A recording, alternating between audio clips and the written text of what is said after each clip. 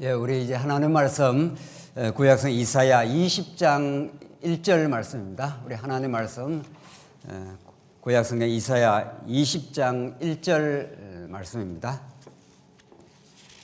찾으신 줄 알고 봉독 드리겠습니다. 이사야 20장 1절 말씀입니다.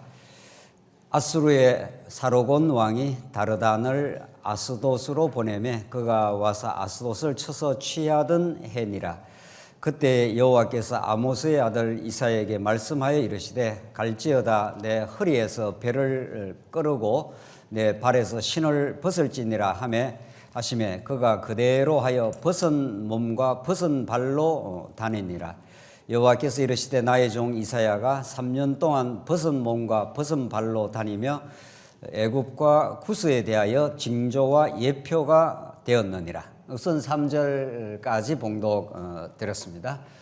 우리가 지금 살펴가는 이사야 말씀의 그 전체적인 그 맥락이 이렇습니다. 1장부터 12장까지 유다 심판에 대한 메시지가 앞부분에서 나왔고, 이제 오늘 우리가 확인하는 내용이 이제 20장부터 23장까지인데, 여기에 어떤 맥락에 들어있는가 하면은 13장부터 23장까지 열방 심판입니다. 그냥 크게 생각해서 앞부분 1장부터 12장까지가 유다를 하나님께서 심판하시겠다, 이런 내용이고, 우리가 지금 살피는 내용은 유다를 괴롭힌 또 하나님의 심판의 도구로서는 열방들을 심판하겠다, 이런 내용이 지금 흘러가고 있습니다. 이제 오늘 이런 이사야 본문을 우리가 바라볼 때 언제나 큰 숲을 생각하고 나무를 봐야 그 나무의 정당한 위치, 그 의미가 올바르게 이제 드러난다는 걸 우리가 잘 알고 있습니다. 코끼리 전체를 모르고 소경이 코끼리 한 부분을 붙들고 코끼리는 이런 것이다라고 이렇게 강조하면 할수록 코끼리의 전모가, 전체적 의미가 사라지게 되는 거죠. 그래서 우리가 하나님의 계시의 말씀은 우리의 시각 안에서 우리의 정황 속에서 사물과 또 근본적으로 성경 말씀을 보는 게 아니라 하늘의 시각에서, 하늘에서 이렇게 조감하여 성경 전체가 우리에게 무엇을 가르치는가, 이것을 이런 전체적 시각을 주는 이게 복 속에 우리가 들어와 있습니다. 이사야 말씀은 구약 전체 속에 하나님 나라 언약을 하나님이 역사 가운데 이루시는 그 여호와 하나님, 그 언약의 메시지가 큰 틀입니다. 그 언약의 내용으로 하나님 나라를 이루시는 여호와 하나님이다 하는 그 아브라함 언약, 모세 언약, 다윗 언약의 줄기 속에서 하나님께서 이들을 한번 심판하고 회복하겠다, 이런 큰 언약 성취의 틀 속에서 오늘 이 본문을 이해해야 본문 자체에 빠지지 아니하고 본문을 통해서 언약의 근거에서 성취를 해가시는 남쪽 유다를 하나님께서 한번 반드시 너희들 멸망시키겠다. 그러나 하나님께서 아브라함 언약에 있기 때문에 그들을 절절하게 사랑하셨던, 아무 조건 없이 찾아가셨던 그 여호와 하나님의 그 긍휼과 사랑대로 그들을 반드시 다시 회복하겠다, 이런 하나님의 메시지가 장차 예수 그리스도 안에서 어떻게 놀라운 방식으로 새하늘과 새 땅의 방식으로 이루어내시는가 하는 하나님의 열심을 우리가 읽을 때 우리는 참된 이 고난의 세상 속에서도 시온의 영광을 회복시키는 옛 예루살렘보다 더 찬란한 그리스도 안에서의 하나님 나라를 어떻게 이루어 가시는가 하는 놀라운 복음을 우리가 들을 수가 있습니다. 우리 오늘 20장 내용은 20장부터 23장까지 우리가 살피겠는데, 오늘 2시간 20장 내용은 말씀드린 대로 계속 이어지는 열방 심판의 틀 속에 있습니다. 기억을 위해 좀 회상을 하면 바벨론, 아수르, 모압, 다메섹, 애굽, 이제 오늘 애굽, 구스, 두마, 아라비아, 그리고 마지막으로 이어지는 두로까지 이스라엘 남쪽 유다를 둘러싸고 있는 강대한 제국들입니다. 크고 작은 강대한 제국들에 둘러싸여 하나님께서 그렇게 이스라엘을, 남쪽 유다를 이렇게 포진시켜 놓은 거죠. 그것은 하나님의 능력으로 내가 언약의 나라이기 때문에 내가 아무리 강대한 제국들이 너희들을 잡아삼키려고 해도 한번 때려서 한번 무너지게는 하지만 반드시 다시 내가 회복하는 여호와 하나님이다. 그런 여호와 하나님이 예수 안에서 너희들 하나님 나라로 이루어주겠다. 이런 말씀이 있기 때문에 오늘 이런 큰 틀 속에서 오늘 본문을 읽으면 참 소망적인 말씀이 되는 거죠. 20장 내용은 이제 이스라엘이 의지했던 애굽과 구스입니다. 애굽과 구스가 멸망한다 이런 뜻입니다. 이게 이제 이 역사적 배경은 아수르가 남진 정책을 지금 계속 밀고 내려오면서 제국의 야욕을 부리고 있던 때입니다. 아수르가 이제 굉장히 강한 아주 강력한 나라입니다. 그 나라가 남쪽으로 밀고 내려오면서 애굽까지 다 잡아삼키며 내려오는 여정에 이제 팔레스타인 땅이 있지 않습니까? 이스라엘이. 그러니까 아수르가 그 시대의 패권자가 돼가지고 전체를 지금 잡아삼키는 그런 시대에 이스라엘이 누구를 의지하는가 하면은 애굽과 오늘 본문에 나오는 대로 구스를 의지합니다. 그들과 동맹을 해가지고 워낙 강력하니까 아수르가 그 남진 전체 밀고 내려오는 그들을 저항하려고 애굽과 구스를 이스라엘이 의지를 했습니다. 오늘 본문에 나오는데 그것이 얼마나 어리석은가.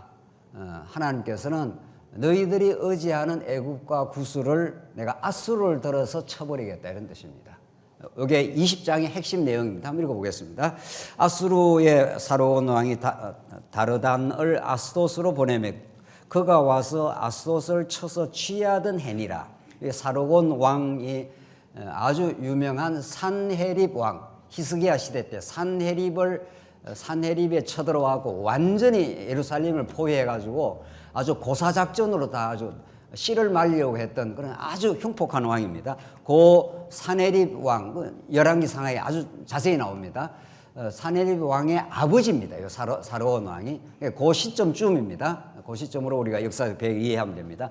그때 2절 여호와께서 아모스의 아들 이사야에게 말씀하여 이르시되 갈지어다 내 허리에서 배를 꺼르고 내 발에서 신을 벗어라. 허리에서 배를 꺼르면은 이제 벗은 몸이 되는 겁니다. 알몸이 되는 거죠. 벗은 몸이 되고 내 발에서 신을 벗을지나 벗은 신발을 벗어라 이런 뜻입니다. 그러니까 얼마나 이게 수치스러운 모습입니까?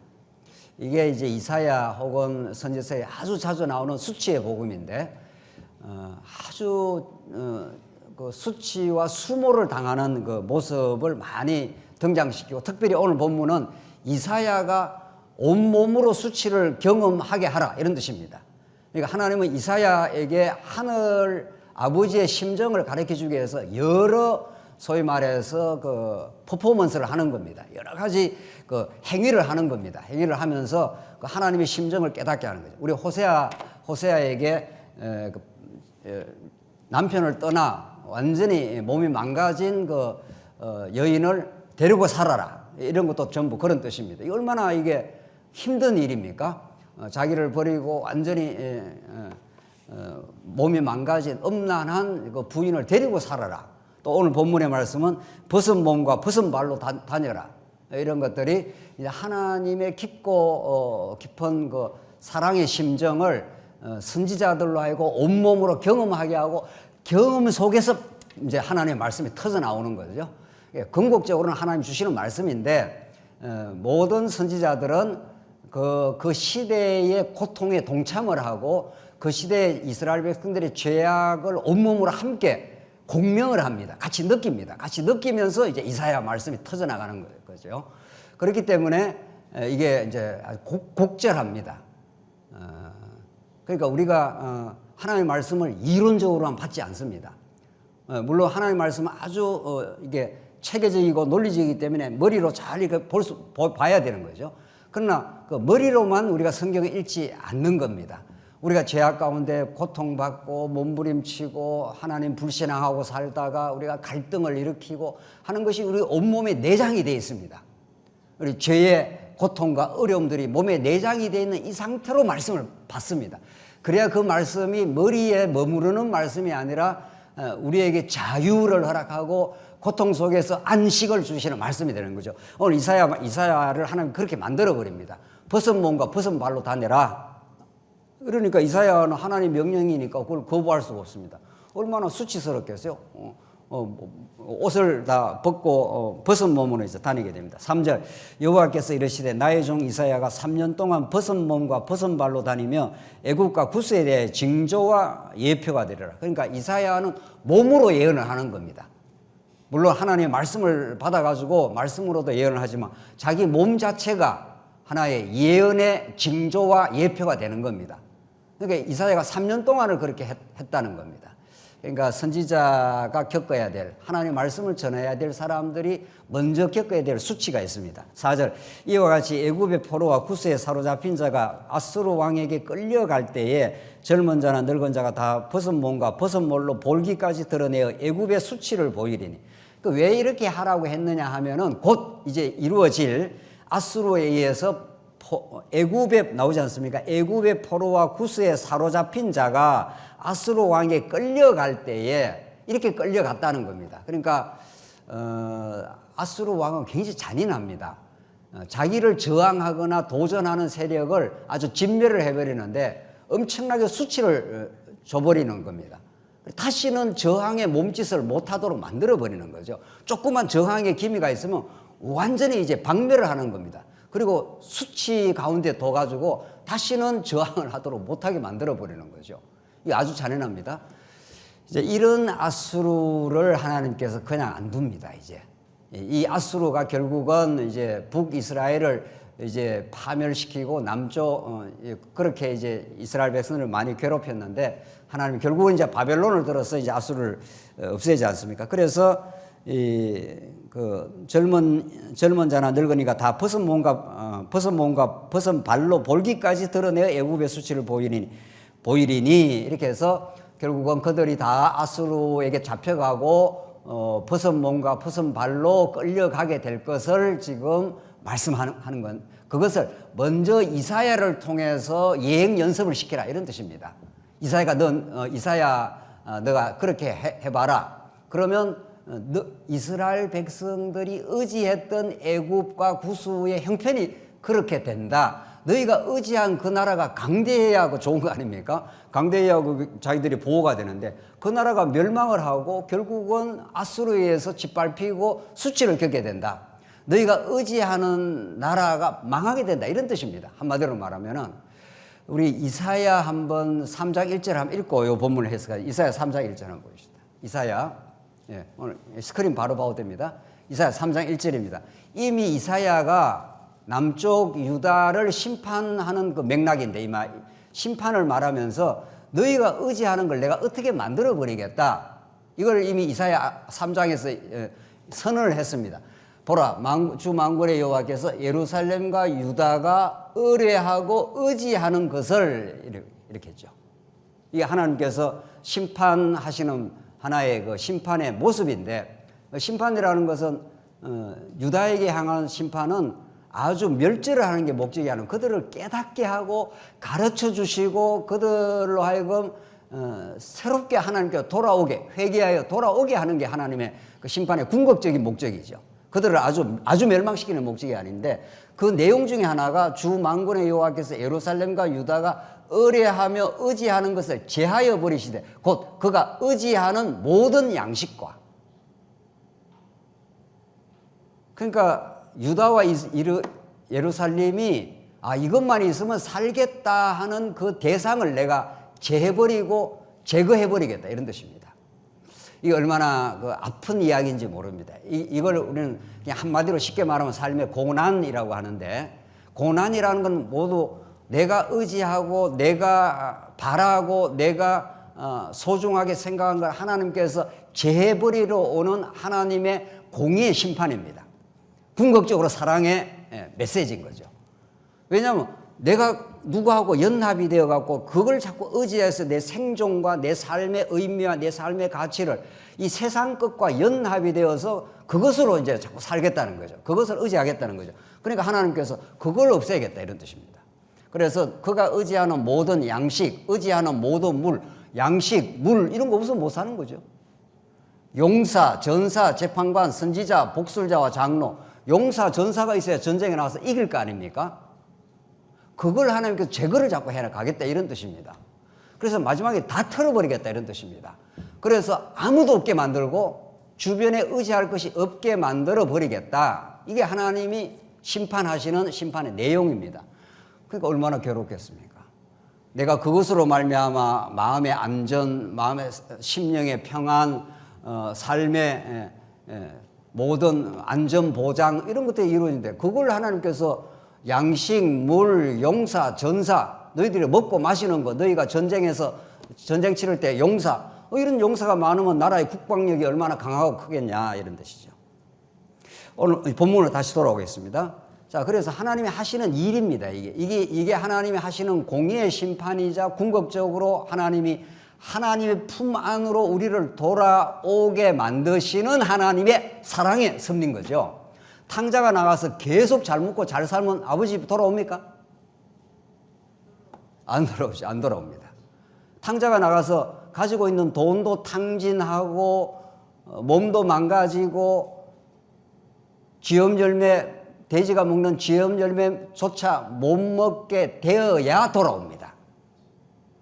그러니까 이 땅에서 우리가 너무 잘 먹고 잘 살고 아무 평안하고 문제없고 이걸 우리가 모두 원하지 않습니까? 택하든 택하지 않든 모든 인생은 이 땅에 모든 것이 여유롭고 잘 돌아가고 걱정할 거 없고 문제 상황이 없는 상황을 요구를 하고 그걸 하나님께 기도할 때가 많습니다. 하나님 그 기도를 안 듣는다 그랬습니다. 그 기도를 내가 들어주면 너가 그게 진짜 멸망하는 것이다 이런 거죠. 오히려 우리에게 어려움이 생기고 의지할 게 사라지고 이럴 때라야 하나님께 우리는 돌아오게 되어 있습니다. 오늘 애굽과 구스를 의지했던 그들이 5절 보십시오. 5절 20장 본문으로 돌아옵니다. 그들이라는 걸 그 밑에 주에 보면 그들이라고 번역을 하지만 실제로는 이스라엘입니다. 이스라엘이라고 돼 있죠. 그 난하주 밑에 보면은 그 이스라엘이 바라던 구수, 자랑하던 애굽입니다. 그들이 의지했던 구수와 애굽이 굉장히 강대국입니다. 상당히 강대국입니다. 애굽과 구스가 밑에 아프리카 쪽 아닙니까? 그쪽 이집트 쪽. 북쪽 아수르보다 강하지는 않지만 상당히 강대한 나라입니다. 의지할 만합니다. 나중에 이사야 30장, 31장으로 가면 너희들 애굽을 돌아가지 말라. 애굽을 의지하지 말라. 그렇게 줄기차게 하나님 이사야가 그렇게 말합니다. 왜냐하면 애굽이 제법 큰 나라이기 때문에 의지할 만합니다. 이게 문제인 거죠. 이게 의지할 만한 대상으로 나타납니다. 하나님이 안 보이면. 그래서 그들이 바라던 구스와 자랑하는 애굽으로 말미암아 그들이 놀라고 부끄러워할 것이라 이거 의지할 만했는데 이게 무너지다니 이렇게 되는 거죠. 6절 그날에 그 해변 주민이 말하기를 우리가 믿던 나라 곧 우리가 아수르 왕에게 벗어나기를 바라고 달려가서 도움을 구하던 나라가 이같이 되었은저 우리가 어찌 능히 피하리요 하리라. 그 탄식을 하는 겁니다. 아수르의 그 소나기에서 좀 벗어나려고 우리가 애굽과 구스를 의지했는데 의지했던 그 나라가 아수르에서 완전히 패망을 해버리는 그 장면입니다. 그래서 그 탄식이 이제 터져 나오는 거죠. 어찌 우리가 능히 피할 수 있겠네요. 피할 데가 없다. 피할 데가 없으면 어디로 가야 되죠? 피할 데가 없으면 어디로 가야 되죠? 하나님은 우리가 피할 곳이 없도록 만들어버린다. 만들어 가겠다. 계속 하나님의 그 집요한 사랑의 손길이 우리 삶을 밀고 들어오시는 거죠. 천길 만길 낭떠러리로 계속 밀고 들어오는 거죠. 더 떨어지는데 이러면 아수 떨어지는데 그 밑에 하나님께 딱 손을 받치고 계시는 거예요. 이게 하나님의 사랑의 섭리입니다. 애굽과 구스를 의지했던 이스라엘 백성들, 우리의 자랑이고 우리의 바라던 애굽과 구스, 이들이 멸망할 줄이야 어찌 알았느냐. 굉장히 큰 나라였는데 하나님은 우리에게 때로는 굉장히 무서울 정도로 육박하시고 파고 들어오고 우리가 어디 피할 곳이 없도록 만드시고 하지만 영원한 안식처, 영원한 피난처, 가나안 땅으로 말하면 6군데를 도피청을 만들어라.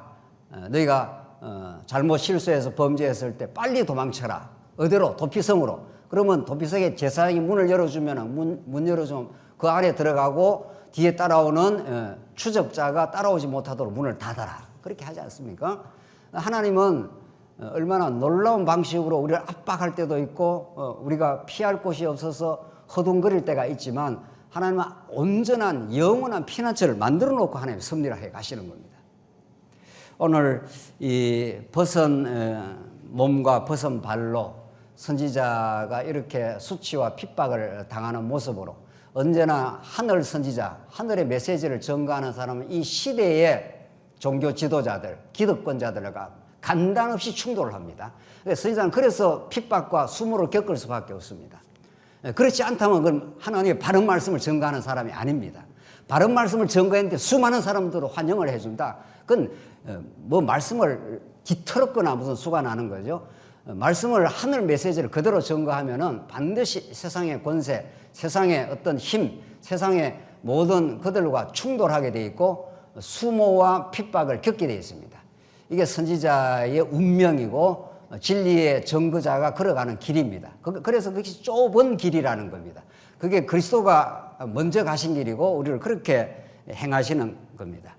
오늘 시대 정신이 뭡니까? 오늘 시대 정신이 민주화, 민주주의가 시대 정신입니다. 그러나 100년 전, 200년 가면 왕정이 시대 정신입니다. 어떤 게 올바른 하나님이 원하시는 나라의 체제입니까? 둘 다 아닙니다. 왕정도, 인간이 왕이 되는 인간 왕정도, 이조시대의 500년 왕정도 하나님 앞에서는 틀린 것이고 이 시대 많은 사람들의 다수결에 대해서 많은 사람들이 원하는 것이 진리다. 이게 이제 민주주의 아닙니까? 이것도 틀린 겁니다. 누가 볼 때는, 하나님이 보실 때는 왕도 인간이 주체가 된 거고 민주주의도 많은 사람들이 단합해서 수를 많이 모으면 그게 의다, 그게 진리다. 그것도 틀린 겁니다. 그래서 하늘 메시지는 세상에서 이것이 옳다 저것이 옳다 하는 그 모든 것을 심판하십니다. 교회는 그 세상 나라와는 전혀 다른 나라입니다. 그러니까 옛날 왕정시대 때 복음이 전파되어도 인간 왕정과 충돌을 할 것이고 오늘 이 시대의 민주화가 마치 이 시대의 정신인 것처럼 올바른 것은 그것과도 충돌합니다. 하나님의 말씀. 그것이 아니고 이렇게 되는 거죠. 예수 그리스도의 절대 왕정입니다. 우리 하나님 나라 예수 그리스도는 인간이 왕이 되는 나라가 아니라 그리스도가 왕이 되고 그리스도의 왕권의 통치 속에 안식과 평화와 그 사랑의 통치 속에 살아가는 나라입니다. 그래서 교회 안에서 조금이라도 말씀을 먼저 깨달은 사람들이 있다면 그 사람이 그 힘을 가지고 있다면 그 힘은 군림하는 힘이 아니라 섬기는 힘이 될 것입니다. 전혀 세상 나라와 다릅니다. 세상 나라와 다른 나라, 그게 십자가로 통치되는 나라, 힘이 있지만은 힘을 부리는 나라가 아니라 오히려 힘을 포기하고 섬기는 그 자리에 와서 자기를 비워 섬겨주신 그리스도가 통치하는 나라입니다. 선지자를 하나님께서 이렇게 수모를 겪게 하시고 그 시대 정신하고 간단없이 충돌 현상을 일으켜가면서 하늘의 메시지는 이렇게 전달이 된다. 그런 것을 20장에서 너무도 생생한 방식으로 보여주고 있습니다. 21장 보십시다. 해변 광야, 이제 바벨론에 대한 멸망에 대한 경고인데 해변 광야 하는 것이 해변이라는 게 바다 아닙니까? 그 바벨론이 큰 강 사이에 있다고 해서 바벨론을 지칭합니다. 강이 워낙 크니까 해변 광야라 이렇게 했는데 적병이 광야에서 들여온 땅에서 내게 회오리 바람같이 몰려왔도다. 혹독한 묵시가 내게 보였도다. 쏘기는 자는 쏘기고 약탈하는 자는 약탈하도다. 엘람이여 올라가고 메대여 에워싸라. 그의 모든 탄식을 내가 그치게 하였노라 하시도다. 이 혹독한 묵시, 이 멸망의 모습이 굉장히 혹독했다는 겁니다. 그게 이제 바벨론 멸망의 모습인데 엘람이여 올라가고 메대, 엘람 하는 게 바사를 지칭하고 올라가고 메대 바사가 이제 바벨론을 멸망시키는 장면인데 3절 이러므로 나의 요통이 심하고 해산이 임박한 여인의 고통 같은 고통이 나를 엄습하였으므로 내가 괴로워서 듣지 못하고 놀라서 보지 못하도다. 이 바벨론 멸망의 모습의 그 고통이 굉장히 심할 것을 그 크고 강대한 나라 바벨론이 메대 바사의 페르시아입니다. 바사에 의해서 멸망당할 때 임박한 여인의 고통 같은 고통이 엄습했다. 이제 그걸 이사야가 느끼는 겁니다. 그게 얼마나 그 혹독한 그 멸망의 모습인가를 이사야가 같이 지금 공명을 하고 있습니다. 그 왜 이사야가 이런 걸 같이 느끼게 됩니까? 바벨론 멸망뿐만 아니라 앞으로 이런 거죠. 앞으로 남유다도 멸망한다. 남유다가 멸망할 때 얼마나 혹독했는지 모릅니다. 그 궁궐이 다 불타고 회파되고 성전이 다 무너나고 전부 끌려가는 그런 고통을 지금 이사야 선지자가 느끼는 겁니다. 그러니까 선지자는 하늘의 마음을 가지고 왔기 때문에 이 백성들의 처지와 앞으로 될 일이 어떻다는 걸 먼저 느끼는 사람입니다. 그렇죠? 그러나 하늘 그리스도의 마음, 하늘 아버지의 마음을 가지고 이 시대를 보지 못하면 그냥 먹고 마시고 즐거운 거예요. 이게 전부 멸망의 도성인데 하나님 없는 멸망의 도성 속에서 뭐 먹고 마시고 즐기고 해피하다. 그게 고통스러운 겁니다. 선지자가 볼 때는. 이게 아닌데 이게 지금 하나님을 떠나서 하나님께로 돌아와야 되는 건데 하나님께로 돌아와서 참 평강과 하나님 안에서 기쁨을 누려야 되는데 하나님 밖에서 먹고 마시고 그 희락을 즐기는 그게 오히려 더 고통스러운 겁니다. 그러니까 이 고통은 사랑이 건강한 고통입니다. 부모가 자식이 자꾸 빗나가고 하면 고통스럽지 않습니까? 다른 부모는 고통스럽지 않습니다. 뭐 나가서 뭐 못된 짓을 하든 뭐 망가지든 다른 부모는 뭐 좀 그랬는가 보다 그러지만 부모는 그렇게 느낄 수가 없는 거죠. 굉장히 고통스럽습니다. 4절 내 마음이 어지럽고 두려움이 나를 놀라게 하며 희망의 서광이 변하여 내게 떨림이 되도다. 이게 이제 이사야의 심정입니다. 예, 그 밑에 하나님의 긍휼과 자비가 깔려 있는 그런 심정을 느끼는 겁니다. 5절부터는 이제 바벨론이 어떻게 그 멸망당하는가의 모습인데 그들이 식탁을 베풀고 파수꾼을 세우고 먹고 마시도다. 이게 이런 모습입니다. 아무 문제 없다. 이 나라가 이렇게 크고 견고한데 언제 망한다는 말이 무슨 말이냐 이런 식입니다. 너희 고관들아 일어나 방패에 기름을 바를지어다. 주께서 내게 이르시되 가서 파수꾼을 세우고 그가 보는 것을 보고하게 하되 마병대가 쌍쌍이 오는 것과 마귀떼와 낙타떼를 보거든 귀 기울여 자세히 들으라 하셨더니 파수꾼이 사자같이 부르짖기를 주여 내가 낮에 늘 망대에서 있었고 밤이 새도록 파수하는 곳에 있었더니 보소서 마병대가 쌍쌍이 오는다. 그러니까 엄청난 마병대가 막 이제 진군에서 지금 밀고 들어오는데 안에는 식탁을 베풀고 먹고 마시자 이렇게 하고 있다는 거죠. 배가 파선해서 뭐 타이타닉 선 같은 큰 배가 지금 파선해서 이미 침몰이 예정이 되어 있는데 그 안에서 먹고 마시고 연회를 베푼다 이런 뜻입니다. 배 자체가 전부 이제 멸망의 배가 되어서 이제 무너질 터인데 그 멸망의 시간 남은 시간을 의식을 못하는 겁니다. 그리고 그 배 안에서 연회를 베푸고 막 먹고 마시고 즐겁자 인생이 즐거운 것이다 이렇게 한다는 겁니다. 그게 하나님 떠난 바벨론, 하나님을 모르는 이 세상의 멸망의 도성 이런 거죠. 이사야 선지자는 거기에서 빠져나오라. 계시록 마지막에 보면은 바벨론에서 너희들 빠져나오라 이렇게 말합니다. 그래서 하나님의 도성, 하나님 나라를 내가 건설해 주겠다.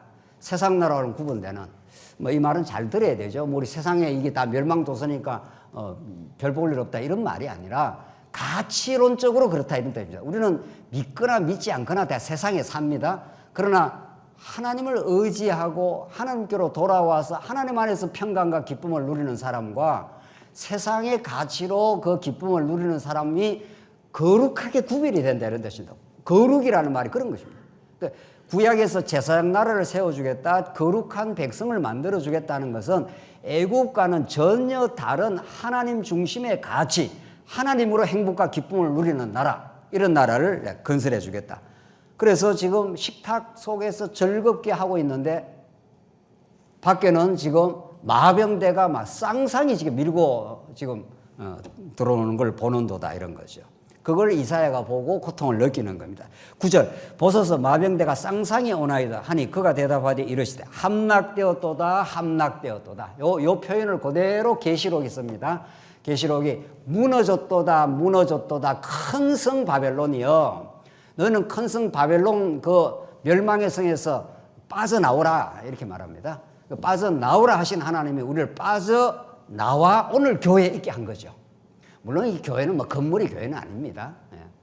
건물이 교회는 정말 아닙니다. 건물 안에도 얼마든지 사단이 역사할 수 있는 겁니다. 얼마든지 말씀이 아니면은 그 건물이 아니라 하나님을 섬기지 않고 하나님 없이 즐거워하는 거짓 기쁨, 거짓 평안의 세계 속에서 빠져나와서 예수 그리스도 안에 들어와서 참 평강, 참 행복, 진짜 기쁨을 누리라 이런 뜻이거죠. 누리게 해주겠다 하나님께서 그런 약속의 말씀입니다. 그래서 10절 내가 질밟은 너 내가 타작한 너여 내가 이스라엘의 만군의 하나님의 여호와께로 들은 대로 너희에게 전하노라. 그러니까 타작마당 이 비유가 많이 나오지 않습니까? 하나님께서는 바벨론을 타작을 해가지고 그 속에서도 하나님의 남은 자는 하나님께서 곡식으로 건져내겠다 이런 뜻입니다. 바벨론은 멸망의 심판을 가해버리지만은 하나님의 자기 백성은 자기 언약한 하나님의 이스라엘 나라는 한번 바벨론에 의해서 망하기는 하지만은 하나님께서 다시 남은 자를 돌아오게 해서 그 타작을 통해서 곡식을 하나님께 거두어 주시겠다.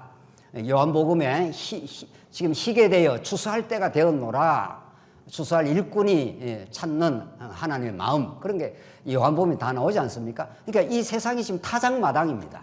계속 하나님께서 칠자를 치고 그 타작을 통해서 심판하실 건 공의대로 심판하시고 자기 백성을 하나님께서 계속 이렇게 골라내시는 겁니다. 환란의 바람을 불러일으켜서 알곡을 하나님께서 골라내시고 마지막 그 모든 알곡들을 하나님의 생명을 가지고 있는 알곡들을 하나님께 바치는 날이 있는 거죠. 그게 이제 예수님 재림하시면 새하늘과 새 땅에서 하나님께 바치는 날이 옵니다. 그래서 바벨론의 멸망, 하나님을 잃어버린 이 시대, 하나님 없이 식탁을 베풀고 파수꾼을 세워놓고 먹고 마시도다 하는 세상의 즐거움 속에서 너희를 건져내시고 타작마당에서 하나님께서 타작하여 알곡으로 만드시는 하나님의 긍휼과 사랑, 이것이 오늘 지금 이사야 본문에 들어있는 말씀입니다. 그 다음 이제 두마와 아라비아로 이어지는데, 두마는 이제 에돔 쪽입니다. 두마. 11절, 두마에 관한 경고라. 11절, 사람이 세일에서 나를 부르되 파수꾼이여 밤이 어떻게 되었느냐. 파수꾼이여 밤이 어떻게 되었느냐. 파수꾼이 이르되 아침이 오나니, 이게 희망입니다. 밤도 오리라. 아침 희망도 오지만은 밤도 이 재난, 이 패망인데 이 절망의 시간도 오리라. 내가 물으려거든 물으라. 너희는 돌아올지니라. 이렇게 해서 희망만 있는 게 아니라 하나님께서 절망의 시간, 패망도, 두마의 패망도 함께 찾아오게 된다. 이렇게 해서 지금 바벨론 멸망, 두마도 멸망, 13절 아라비아입니다. 13절 아라비아에 대한 경고라. 더단 대상들이여 너희가 아라비아 수풀에서 유숙하리라. 대마 땅의 주민들아 물을 가져다가 목마른 자에게 주고 떡을 가지고 도피하는 자를 영접하라. 그들이 칼날을 피하며 뺑칼과 당긴 활과 전쟁의 어려움에서 도망하였습니다.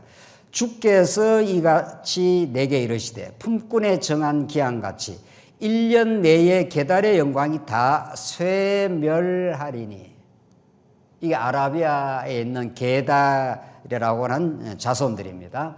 하나님께서 딱 정해놨다는 겁니다. 그래서 내가 이걸 멸망을 시키겠는데 17절 게달 자손 중 활 가진 용사의 남은 수가 적으리라. 활 가진 용사의 수가 적도록 하나님께서 확 이렇게 쇠퇴시켜 버리겠다. 그래서 이스라엘 하나님 여호와의 말씀이니라. 그 이사야서에서 어떤 사건을 말하고 앞으로 이렇게 하겠다 하고는 반드시 하나님 여호와의 말씀이니라. 하나님 말씀하면 반드시 이거는 확정적으로 반드시 성취가 된다. 지금 그런 말이죠. 이 하나님의 강력한 주권이고 하나님의 그 전능하심인 거죠. 이걸 피해 나갈 길이 없다. 하나님 만세중에 이렇게 정해 놓았다. 바벨론도 무너지고 두마도 무너지고 아라비아도 무너지지만 그 타작마당 속에 하나님의 자기 백성들은 오히려 환란의 타작마당 속에서 하나님이 골라내신다. 오히려 환란은 누구를 위한 것입니까? 이 세상 환란은 누구를 위한 것이죠? 네. 택한 백성을 위한 것입니다. 환란의 바람 속에 불택자들은 아주 멸망을 하지만 환란은 바람이 강하게 불기 때문에 누군가를 의지할 대상을 강력하게 찾을 수밖에 없습니다. 환란은 우리의 신앙의 뿌리를 더욱 깊이 만들어가는 하나님의 놀라운 섭리입니다. 놀라운 사랑의 섭리입니다. 그러니까 환란이 없다는 게 그게 오히려 문제입니다. 택한 백성은 환란이 없을 수가 없다 이런 말이죠. 그래서 이 두마, 아라비아 이런 이방 대적들을 하나님께서 다 크게 봐서는 바벨론 이런 자들을 하나님께서 예정하신 대로 작정한 대로 다 멸망시키고 그 이 멸망의 도성 속에서 하나님 자기 백성들을 거룩한 백성들을 하나님께서 꼭 붙들고 계시고 어떤 경우에도 지켜주시고 빼내시고 에클레시아 하지 않습니까? 우리 교회를 신약의 헬라어로 에크라는 건 밖으로 이런 뜻입니다. out of 어디에서 밖으로 빼낸다 이런 뜻입니다. 레시아 그 어두운 세상 가운데서 에크 밖으로 건져낸 사람들의 무리를 교회라 합니다. 여러분 그죠? 교회인 거죠.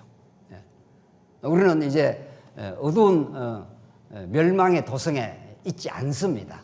우리 옛사람이 아직 남아있고 하나님께 우리를 교육시키기 위해서 더러 옛 사람의 그림자가 작동을 하기 때문에 염려도 하고 걱정도 하고 이렇게 옛사람으로 살 때가 있지만 본질적으로 우리는 멸망의 도성이 아니라는 거죠. 이미 건져내버렸습니다.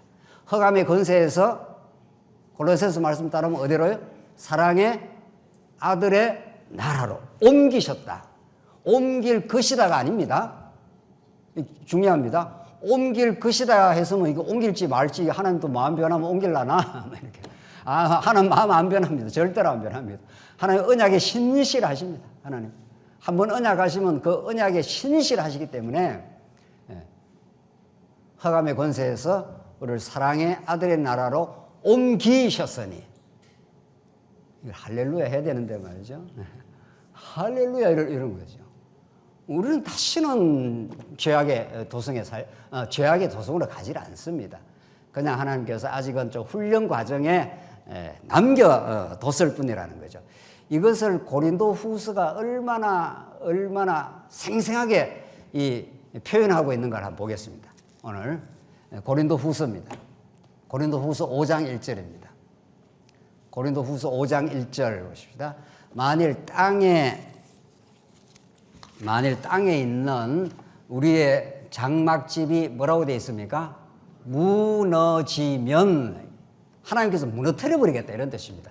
너희가 의지하는 것들을 내가 제하고 너희가 꿈꾸는 세상, 너희가 바라고 희망하는 삶의 가치를 무너뜨리겠다 이런 뜻입니다. 이게 아픈 시간이고 고난의 시간이라고 합니다. 다복한 가정, 건강한 모습, 뭐 있습니까 또? 부유한 경제, 이런 모든 것들이 우리가 구하고 바라는 자기중심적 가치입니다. 세상에서 잘나고 명예롭고 권력을 가지고 모든 일체의 하나님 떠난 세상의 가치다. 그게 땅에 있는 우리의 장막집입니다. 땅에 속했다는 겁니다. 이게 땅에. 그러니까 이제 성경은 하늘과 땅을 이제 사용해서 하나님 나라의 가치와 하나님 떠난 세속의 가치를 설명하고 있습니다. 만일 땅에 있는 우리의 장막집이 무너지면, 그리고 고린도 후서 말씀이니까 고린도 교회가 땅의 가치를 가지고 지금 갈등하고 싸우고 있지 않습니까? 개박파, 아볼로파, 어떤 사람이 더 똑똑하다, 어떤 사람이 더 낫다. 그래서 시기하고 분쟁하고 고소하고 음행하고 전부 땅의 가치입니다. 사람 중심의, 자기 중심의 가치를 가지면은 파당을 만들고 그걸 통해서 힘을 세력화시키고 그런 것들이 다 땅에 있는, 고린도 교회가 그랬습니다. 그러니까 교회 안에 참 평강이 없는 겁니다. 하나님은 그걸 무너뜨려 주겠다 이런 뜻입니다.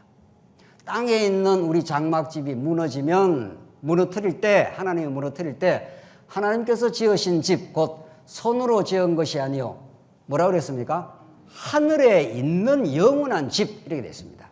오늘 이사야서가 말하는 바벨론, 두마, 아라비아, 이 강대한 나라들입니다. 이 나라들을 또 구스, 또 애굽, 앞에 20장에 나왔지 않습니까? 이들을 이스라엘이 얼마나 의지하고 그들을 힘을 빌어가지고 자기들의 안전 보장을 하려고 했습니다.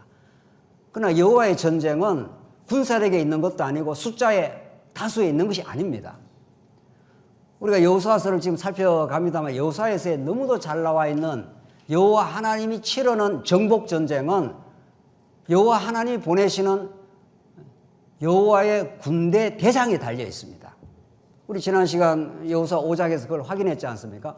여호수아가 백성들을 끌고 이제 들어가서 정복 전쟁을 치러야 되는데 여호수아, 네가 전쟁에서 승리의 원인이 있는 게 아니다. 너가 군대를 군사력을 잘 동원해가지고 전쟁해서 그렇게 전쟁을 치르는 게 아니다. 여호와의 군대 대장이 내가 깃발을 들고 앞서 나가서 전쟁을 치르겠다, 이런 뜻입니다. 그러니까 여호수아가 바짝 엎드려서 납작 엎드려 절했다고 그러지 않습니까? 그리고 신발을 벗었다, 이래 되어 있습니다. 이 거룩한 땅에서 신발을 신발 벗음이라는 게 룻기에서 자기 권한을 포기하는 겁니다. 룻에 가까운 친척이 있었습니다. 먼저 룻과 나오미 그 집에 가까운 친족이 있었지 않습니까? 그러나 가까운 친족이 그 권한을 포기를 하고 그 다음 누가 이제 등장을 한 겁니까? 보아스가 등장을 한 겁니다. 그 권한을 포기했을 때 신발을 벗었다, 이렇게 되어 있습니다. 그 신발을 벗는다는 건 내 권한을 포기하겠다, 이런 뜻입니다. 여호수아가 하나님이 여호수아한테 신발 벗어. 이 거룩한 땅이야. 거룩한 땅은 너 권한으로 정복 전쟁을 이룬 게 아니다, 이런 뜻입니다. 그러니까 우리가 완전히 우리를 포기할 때, 힘을 뺄 때 하나님이 역사를 하시는 겁니다. 내가 자꾸 힘이 들어가고 골프나 야구를 쳐봐야 아는데 말이죠. 저는 뭐 골프는 안 쳐봐서 잘 모르겠고 어깨에 힘을 빼야 이게 공이 멀리 날아갑니다. 잘 치려고 어깨에 힘이 바짝 들어가면은 야구공이 안 맞습니다. 이게 노련하고 아주 잘 치는 4번 타자는 아주 모든 긴장이 쫙 풀려 있습니다. 잘 치려고 하지 않습니다. 그냥 오는 대로 쳐버리겠다는 이런 뜻입니다. 그러니까 완전히 긴장을 풀고 그냥 그 흐름을 타고 치면은 그게 멀리 날아간다는 거죠. 근데 내가 잘해야 되겠다고 내 힘이 딱 들어가기 시작하면은 골프를 안 쳐봤으니까 어디로 날아가는 겁니까? 연못으로 떨어집니까? 뭐 그런 거 있잖아요. 하나님께서 여러분과 저를 이 땅에 두신 것은 힘 빼기 작전입니다. 힘 빼고 우리의 영원한 힘 되시는, 영원한 능력 되시는, 영원한 전능자가 되시는 그 하나님 안에서 새 힘을 공급받기, 이런 뜻입니다. 하늘에 있는 영원한 집이, 그렇죠? 하나님이 지으신 집이 있다는 겁니다. 우리에게 있는 줄 아느니라. 참으로 우리가 여기서 탄식하며 하늘로부터 오는 우리 처소로 덧입기를 간절히 사모하노라. 여러분과 저를 이 땅에 두신 것은 땅의 가치를 자꾸 추구하면서 그렇게 살아라는 게 아닙니다. 그러면 그건 옛사람의 그림자고 그거는 하나님 없을 때의 그 가치 추구였으니까 그 가치를 추구한들 마음의 안식을 못 얻습니다. 이 땅에 어떤 가치를 다 얻어봐도 그게 우리의 참 행복이 되지 않는다는 걸 우리가 삶을 살면 살수록 자꾸 느낍니다. 우리 세상 사람들이 추구하는 명예, 권력, 부 모든 걸 다 얻어도 마음에 참 안식, 하나님 나라의 그 통치의 기쁨, 그분을 의지할 때 오는 하늘의 평화, 이런 것은 보장해 주지 않습니다. 그래서 우리가 여기서 탄식하며 옛사람의 탄식이 있습니다. 하나님, 아무리 내가 세상 것을 추구해도 그게 내 마음의 평화가 되질 않습니다. 그걸 영적 갈망이라고 합니다. 사슴이 물을 찾아, 목마른 사슴이 이리저리 물을 찾아 쫓아다니듯이 시편 말씀대로 어떤 것으로 채우지 않는 영적 갈망이 하나님의 자기 백성, 택한 백성이 있는 겁니다. 그걸 하나님께서 심어놓고 그 공허를 심어놓고 하나님만이 그것을 채우십니다. 예수 그리스도의 그 언약적 사랑만이, 그분의 보호와 그분의 신실함만이, 그의 십자가로 증명된 영원한 사랑만이 우리에게 하나님 충분하고 만족합니다. 이대로 살아도 충분합니다. 그래서 범사가 감사합니다. 이 말은 우리가 만들어낼 수 있는 게 아닙니다. 찾아오신 성령이 우리 마음속에 찾아오셔서 하늘로부터 우리 처소로, 하늘로부터 처소가 덧입습니다. 이걸 하늘 성전이라고 합니다.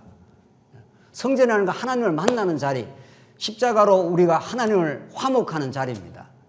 그 기쁨을 얻을 때 어른 세상 것이 좀 부족해 보여도 그건 내가 판단한 것뿐입니다. 내가 부족하다고 판단한 거지 하나님은 그렇게 판단하지 않습니다. 너한테 내가 줄 것을 다 줬다. 더 많으면 나를 떠나가기 때문에 내가 안 준다, 그렇게 말합니다. 너무 건강하면은 나를 떠나가니까 내가 좀 뽑아내겠다, 이런 뜻입니다. 적절하게 주십니다, 하나님이. 하나님이 행하시는 어떤 것도 더 할 수도 덜 할 수도 없다고 전도서가 그렇게 말합니다. 이게 영원한 하나님의 사랑입니다. 여러분과 저에게 그게 이미 이루어질 것입니까? 이루어졌습니까? 또 물어봐야 되죠. 네, 이루어졌습니다. 이루어져 있습니다, 지금. 그걸 보는 눈, 그걸 신령한 눈이라고 그럽니다. 성령께서 찾아오신 것은 하나님 이것으로 충분합니다. 더 이상 말할 것이 없습니다. 참으로 주 안에 있으니 마음에 참된 평강과 참된 행복이 있습니다. 이렇게 살다가 죽겠습니다. 제게 시간과 여유를 더 주신다면 이제 복음을 위해서 살겠습니다.